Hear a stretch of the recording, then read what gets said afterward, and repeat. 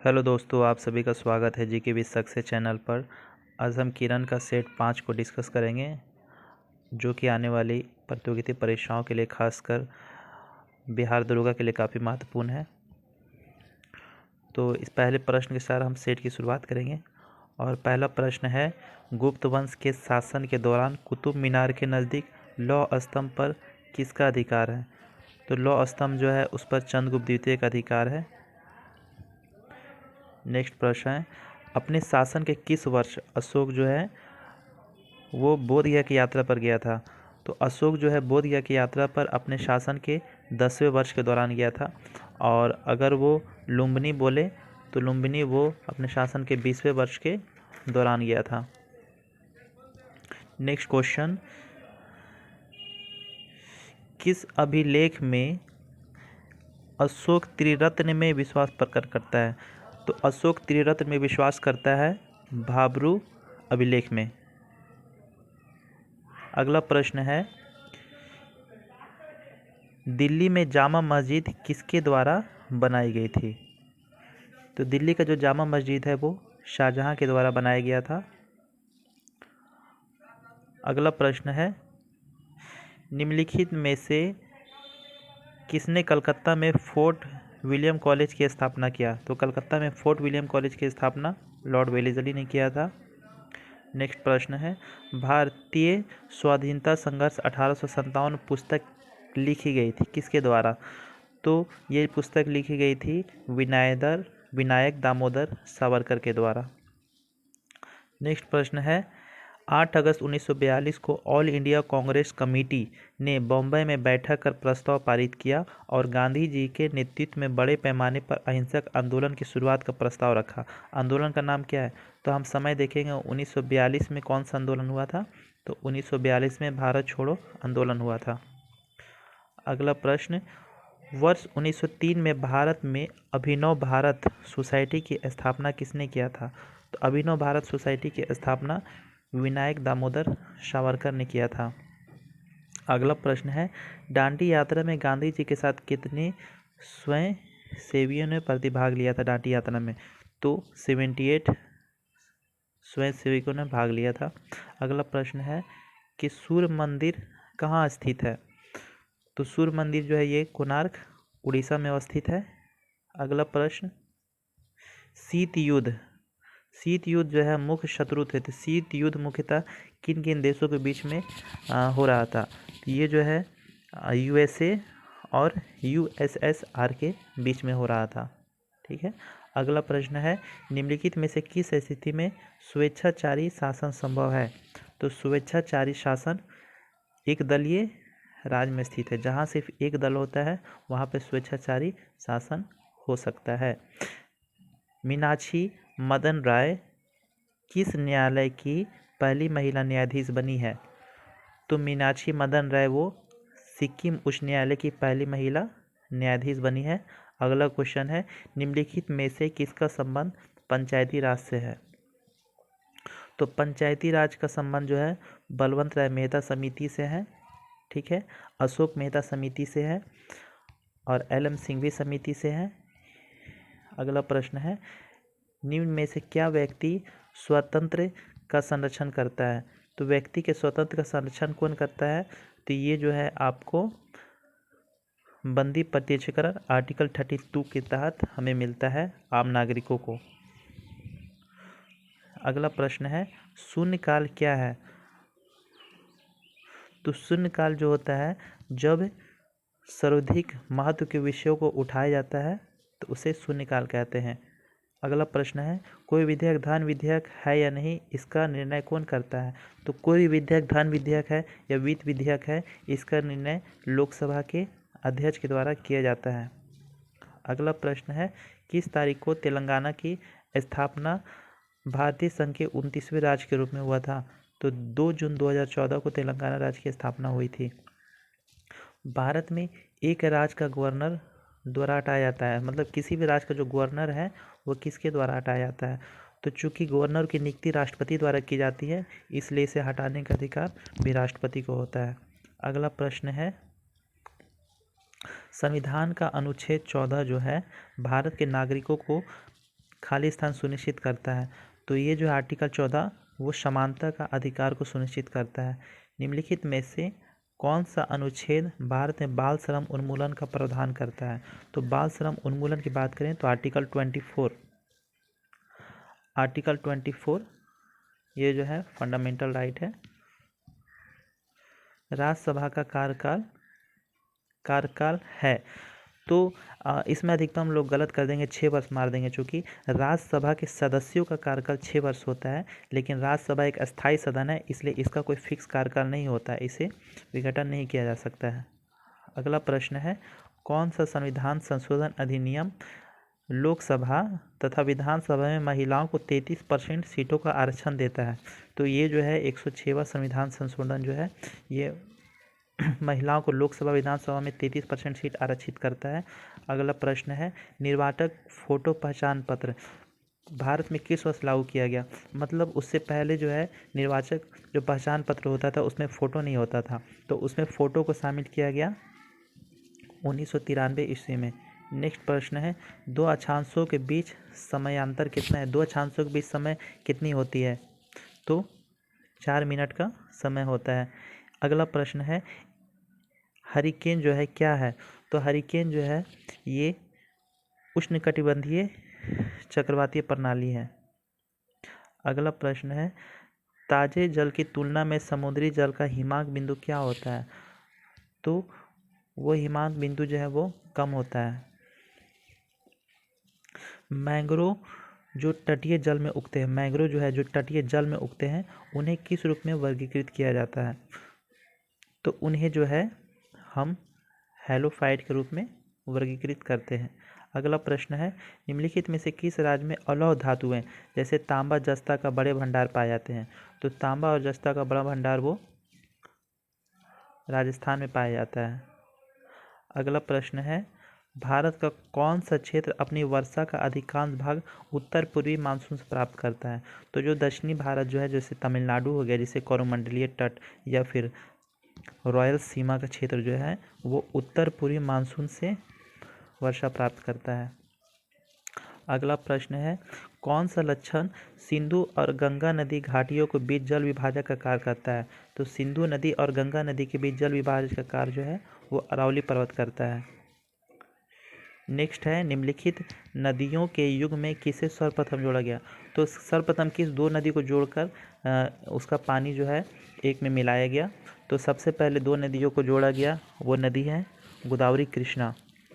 अगला प्रश्न है, भारत के किस क्षेत्र में वनस्पति को हैलोफाइट के रूप में वर्गीकृत किया जाता है? तो जो भी सुंदरवन का क्षेत्र जहाँ पे मैंग्रोव वन पाए जाते हैं, सुंदरवन पाए जाते हैं, वहाँ पर के हैलोफाइट के क्षेत्र में वनस्पति को वर्गीकृत किया जाता है। उपाय और युक्तियाँ आरबीआई के द्वारा प्रावधान किए गए अग्रिमों का भार है। ये जो है उपाय युक्तियाँ जो आरबीआई के द्वारा जो प्रावधान किया गया है ये राज्य सरकार के लिए किया गया है। अगला प्रश्न, निम्न संघीय सरकार के करों में कौन सा सर्वोच्च वार्षिक आमद है? तो संघीय सरकार के करों में वार्षिक आमद मतलब है केंद्र सरकार को सबसे ज़्यादा पैसा जो है किस टैक्स से आता है? तो ये जो है आपको कारपोरेशन कर और आयकर से आता है। ठीक है। अगला प्रश्न है, प्रधानमंत्री सुरक्षा बीमा योजना प्रति वर्ष प्रीमियम राशि क्या है? तो प्रधानमंत्री सुरक्षा बीमा योजना के लिए प्रति वर्ष जो प्रीमियम राशि है वो 12 रुपया है। अगला प्रश्न है कि निम्नलिखित पर विचार कीजिए, भुगतान बैंकों का खोला जाना, बैंकों का राष्ट्रीयकरण, मुद्रा ऋण योजना या अटल पेंशन योजना उपयुक्त कार्यक्रम में कौन सा वित्तीय समावेशन प्रक्रिया का भाग है? तो इनमें से सभी जो है वित्तीय समावेशन प्रक्रिया का भाग है। नेक्स्ट प्रश्न, मानव पूंजी सूचकांक किसके द्वारा जारी किया जाता है? जो मानव पूंजी सूचकांक होता है वो विश्व बैंक के द्वारा जारी किया जाता है।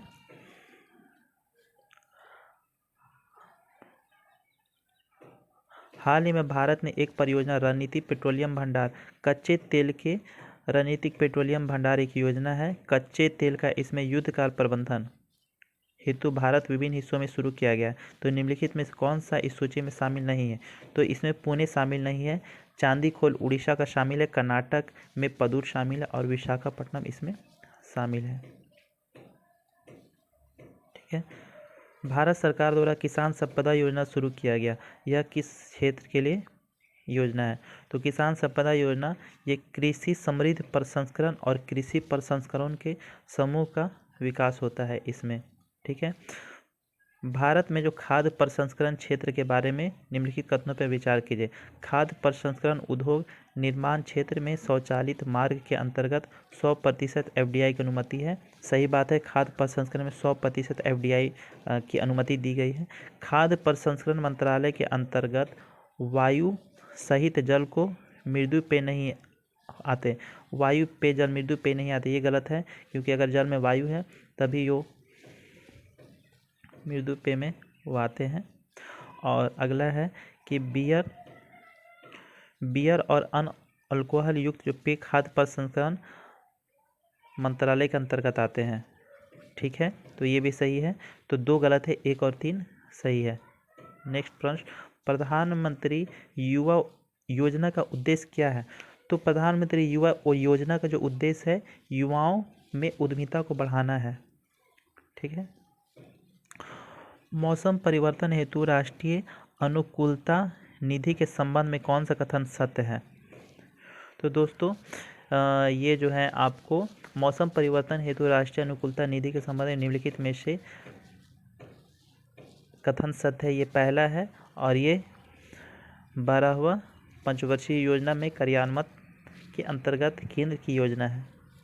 नेक्स्ट प्रश्न, जब एक व्यक्ति को निकट की वस्तुएं स्पष्ट रूप से नहीं दिखाई देती, मतलब नज़दीक की वस्तुओं नहीं दिखाई देती है किंतु दूर की वस्तुओं वह देख सकता है, तो इसको कौन सा रोग बोलते हैं? तो ये उल्टा हो जाता है, जब कोई वस्तु नज़दीक से नहीं दिखाई देती है तो इसको दूर दृष्टि दोष बोलते हैं, दीर्घ दृष्टि दोष, और इसी को हाइपरमेट्रोपिया बोलते हैं। नेक्स्ट प्रश्न है, ज्योति तीव्रता का मात्रक क्या है? तो ज्योति तीव्रता का मात्रक कैंडेला है। नेक्स्ट प्रश्न है, एक गोलीय दर्पण जिसका परावर्तक पृष्ठ अंदर की ओर वक्रित होता है, तो मतलब जैसे मान के चलिए ये आप गोलीय दर्पण है, उसके अंदर की ओर होता है तो उसको बोलते हैं हम अवतल दर्पण। नेक्स्ट है, एक वस्तु द्वारा तय की गई दूरी, जब कोई वस्तु द्वारा तय की गई दूरी इसकी गति के क्या होता है? तो वस्तु द्वारा तय की गई दूरी उसकी गति के प्रत्यक्ष अनुपातिक होता है, मतलब अगर दूरी बढ़ेगा, गति बढ़ेगा तो वस्तु का दूरी भी बढ़ेगा, अगर गति घटाते हैं वस्तु की दूरी भी घटेगी। वह स्थिति जिसमें कोई व्यक्ति दूर की वस्तुओं को स्पष्ट रूप से देख सकता है लेकिन पास की वस्तुएं धुंधली दिखाई देती है, तो सेम पहले वाला ही प्रश्न है, इसको हाइपरमेट्रोपिया कहते हैं। नेक्स्ट प्रश्न है, ध्वनि की गति और विमान की गति के अनुपात को क्या कहा जाता है? तो ध्वनि की गति और विमान की गति के अनुपात को मैक संख्या कहते हैं। नेक्स्ट प्रश्न, जर्मन सिल्वर किसका मिश्रण है? तो जर्मन सिल्वर जो है ये कॉपर, जस्ता और निकेल, तांबा, निकेल, जिंक का मिश्रण है। अगला प्रश्न है, निम्नलिखित में से कौन सा एक कठोर धातु है? तो कठोर धातु की बात करें तो वो टंगस्टन है। नेक्स्ट, निम्नलिखित में से कौन सा एक अम्ल है? तो H2SO4 जिसको हम सल्फ्यूरिक अम्ल बोलते हैं, ये एक प्रकार का अम्ल है। ठीक है। अगला प्रश्न है, ऑटोमोबाइल बैटरी के लिए कौन सा अम्ल का प्रयोग किया जाता है? तो बैटरी में आप देखते होंगे कि वो सल्फ्यूरिक अम्ल का जिसको H2SO4 कहते हैं उसका उपयोग किया जाता है। अगला प्रश्न है, कॉटन फाइबर किससे बना होता है? तो कॉटन फाइबर जो है ये सेलुलोज से बना होता है। अगला प्रश्न है, मनुष्य के शरीर का समान तापमान कितना होता है? इसमें कन्फ्यूजन हो जाता है, कोई 96.4 डिग्री फ़ारेनहाइट मार देते हैं, लेकिन इसका आंसर 98.4 डिग्री फ़ारेनहाइट होगा। अगला प्रश्न है, एंटीजन का कार्य क्या है? तो एंटीजन जो होता है ये हमारे शरीर में एंटीबॉडी के निर्माण को प्रोत्साहित करता है।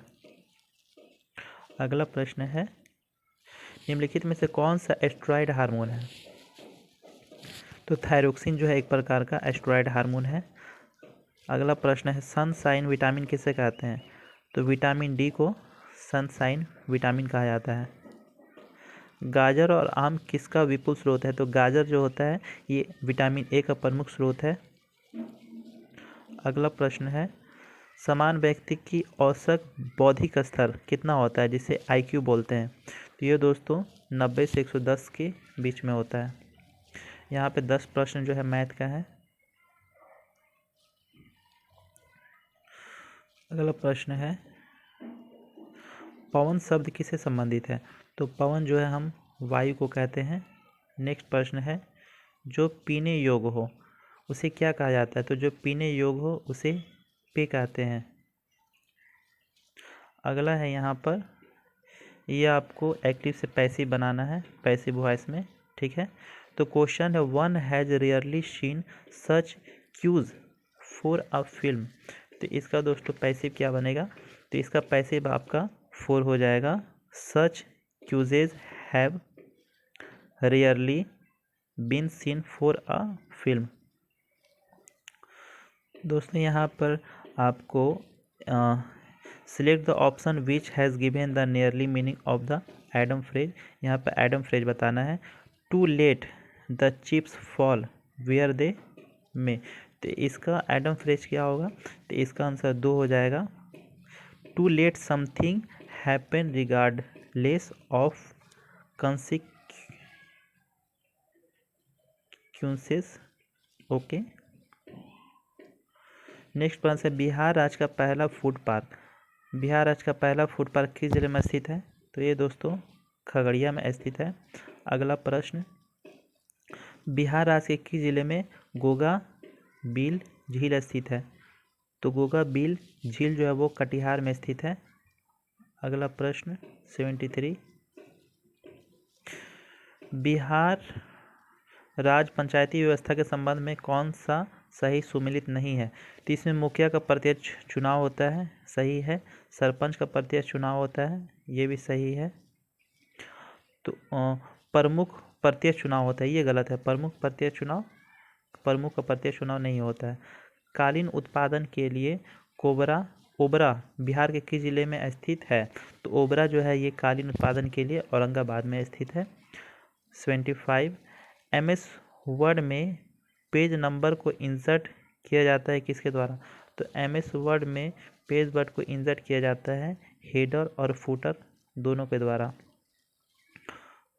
माइक्रोसॉफ्ट ऑफिस में जो है कंट्रोल N जो है कमांड का प्रयोग किया जाता है। तो कंट्रोल N जो होता है वो आपको न्यू डॉक्यूमेंट के लिए कंट्रोल N का हम प्रयोग करते हैं, ठीक है। अगला प्रश्न है, विंडोज़ में फाइल को रिप्रेजेंट करने वाली पिक्चर को क्या कहते हैं? तो विंडोज़ में जो फाइल को रिप्रेजेंट करते हैं उसको आइकॉन कहते हैं। अगला प्रश्न है, भारतीय वायुसेना के रख रखाव तथा मेंटेनेंस कमांड का मुख्यालय कहाँ है? तो भारतीय वायुसेना का जो कमांड है वो नागपुर महाराष्ट्र में स्थित है। अगला प्रश्न है, एडविन हब्बल विज्ञान के निम्नलिखित किस क्षेत्र से प्रसिद्ध हैं? तो एडविन हब्बल जो है वो खगोलशास्त्री थे जिन्होंने विस्तारित ब्रह्मांड के बारे में हमें बताया। अगला प्रश्न है, सचिन तेंदुलकर के साथ निम्नलिखित में से किसे भारत रत्न दिया गया था? तो कल पिछले सेट में प्रश्न पूछा था कि BR अम्बेडकर के साथ किसे भारत रत्न दिया गया था? तो वो पंडित मदन मोहन मालवीय थे। और आज प्रश्न है कि सचिन तेंदुलकर के साथ किसे भारत रत्न दिया गया? तो वो प्रोफेसर CNR राव थे। अगला प्रश्न है, निम्नलिखित में से कौन भारत का सर्वोच्च नागरिक पुरस्कार है? तो भारत का सर्वोच्च नागरिक पुरस्कार की बात करते हैं तो भारत रत्न है, ठीक है। अगला प्रश्न है, किसने रघुपति राघव राजा राम लिखा? तो रघुपति राघव राजा राम विष्णु दिगंबर फुलस्कर ने लिखा था। अगला प्रश्न है, ड्रैगन सीड्स किसने लिखी? तो ड्रैगन सीड जो है पर S बक ने लिखी। अगला प्रश्न है, गांधी जी के बाद भारत एक पुस्तक किसके द्वारा लिखा गया? तो ये जो है गांधी जी के बाद भारत जो पुस्तक है ये रामचंद्र गुहा के द्वारा लिखा गया। अगला प्रश्न है, जैव विविधता के लिए अंतर्राष्ट्रीय दिवस कब मनाया जाता है? तो जैव विविधता के लिए अंतर्राष्ट्रीय दिवस 22 मई को मनाया जाता है। पृथ्वी दिवस की बात करें 22 अप्रैल को मनाया जाता है। अंतर्राष्ट्रीय महिला दिवस की बात करें 8 मार्च को मनाया जाता है, ठीक है। विश्व पर्यावरण दिवस कब मनाया जाता है? तो विश्व पर्यावरण दिवस 5 जून को मनाया जाता है। एशियाई विकास बैंक का मुख्यालय कहाँ है, जिसको एशियन डेवलपमेंट बैंक बोलते हैं? ये फिलीपींस के मनीला में स्थित है। निम्न में से कौन सा ब्रिक्स का देश है? तो ब्रिक्स का देश रूस है। अंतर्राष्ट्रीय न्यायालय का मुख्यालय कहाँ है? तो अंतर्राष्ट्रीय न्यायालय का मुख्यालय की बात करें तो द हेग नीदरलैंड में स्थित है। टॉड मेमोरियल ट्रॉफी भारत में निम्नलिखित में से किस खेल से संबंधित है? तो टॉड मेमोरियल ट्रॉफी जो है दोस्तों, ये आपको फुटबॉल खेल से संबंधित है। अगला प्रश्न है, भारत में सिंधिया गोल्ड कप किस खेल से संबंधित है? तो सिंधिया गोल्ड कप दोस्तों, ये जो है भारत में हॉकी से संबंधित है। अगला प्रश्न है, ओवरट्रिक शब्द जो है आपको किससे संबंधित है? तो ओवरट्रिक शब्द जो है ये आपको ब्रिज से संबंधित है। अगला प्रश्न है, गॉडगिल आयोग किससे संबंधित है? तो ये आयोग जो है पश्चिमी घाट से संबंधित है। अगला प्रश्न है, राष्ट्रीय हरित न्यायाधिकरण की स्थापना, जिसको एनजीटी बोलते हैं, नेशनल ग्रीन ट्रिब्यूनल बोलते हैं, इसकी स्थापना कब हुई थी? तो 2010 में इसकी स्थापना हुई थी।